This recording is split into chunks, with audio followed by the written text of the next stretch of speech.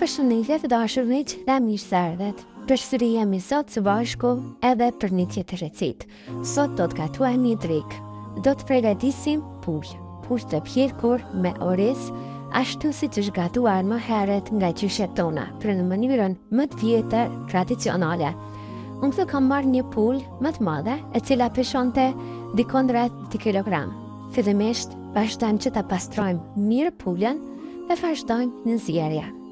Pasi e lajmë mirë pulën dhe vendosim në një tenxhere të madhe, derisa uji del i kulluar, vazhdojmë në nxjerrje. Në zjarr mesatar, unë do ta ziej dikon për 40 deri në 50 minuta, derisa të sigurohem që pula është zier mirë. Dhe pasi pula është zier mirë, e largojmë nga tenxheria, po ashtu e kam kulluar edhe ujin dhe kam marrë klafër langon e nshit pulës. Tani marrin dikon 400 gram oriz, por fillimisht vazhdojmë që të pastrojmë mirë orizin një herë dhe ta lajmë me ujë për disa herë derisa uji del i kulluar.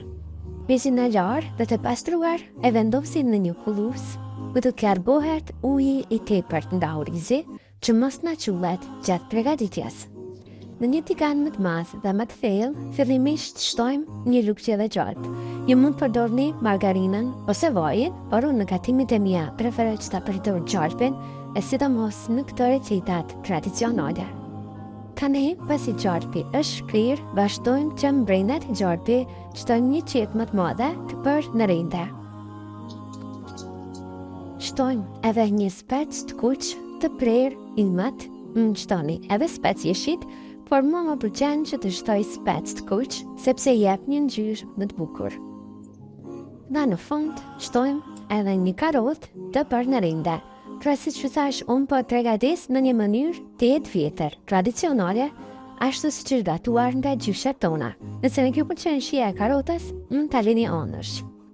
Dhe shtojmë tani në zjarr mesatar, i fërgojmë derisa qepa, specat dhe karotat në zbuten pak. Pasi sigurohemi që janë fërguar mirë perinat, vazhdojmë tani që këtu ta shtojmë orizin, i cili tashmë është kulluar. Pra nuk duhet që orizi të jetë me ujë, sepse do t'ju çullet dhe nuk do t'ju bëhet kokër. Vazhdimisht e orizin. Vazhdojmë dhe fërgojmë edhe për disa minuta, derisa edhe orizi të skuqet pak me perinat. Në tani që është fërguar edhe orizi, e largojmë nga zjarrit dhe vazhdojmë që ta kvifus. Dhe nuk mund të kemi një oriz tradicional të shishëm pa erëza të përziera. Në total, do të shtojmë 2 lugë gjelle të mesme me erëza të përziera. Përzijmë mirë dhe orizin e kemi gati, vazhdojmë që ta shtojmë tani një tepsi më të madhe.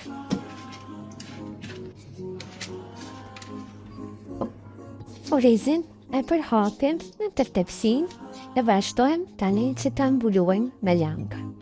Në total, për këtë masa, do të shtoj 1 litër ujë nga langu i pulës. Pasi e shtojmë ujin, përzijem edhe një herë për të kontrolluar se a do t'janë mbuluar të gjitha kokrat e orizit me ujë, sepse gjyshet tona nuk e kanë bërë matjen ashtu me mililitra si që bëra unë, por e kanë bërë me sy, derisa orizi është mbuluar me ujë.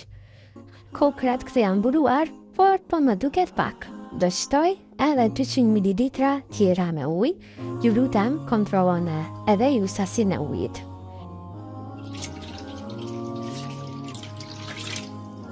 Vazhdojmë tani që të shtojmë edhe pulën sipër orizit. Por, për ta pjekur pulën, nuk do ta lëmë kështu, do të përgatisim një mini salcë të vogël, në sekret i vogël, siç e bën te gjyshenjme, për ta marrë pula një ngjyrë më të bukur sipër, po ashtu edhe shijen. Në një pjatë më të vogël qelqit, shtojmë një lugë gjelle me kos. Tek kosi, do të shtojmë pak vaj, 1 deri në 2 lugë gjelle. Kosi dhe vaj, shtojmë pak piper të kuq, përsëri pak erëza të përziera, Hajde përfshij mirë.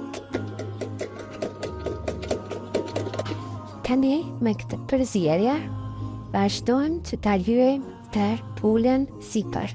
Në këtë mënyrë, mishi pulës do të na mbetet i butë dhe do të merr një ngjyrë teje të bukur.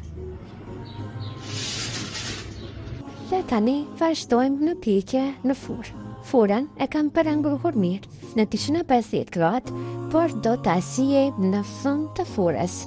Pra duhet të sigurohemi që orizi do të na zihet mirë, pula vetë se është e zier, gjithçka që duhet është që pula të merr një ngjyrë të bukur dhe krokonte sipër. Pra vazhdojmë ashtu në zjerje në 250 gradë, dikon vrafërsisht 20 deri në 25 minuta.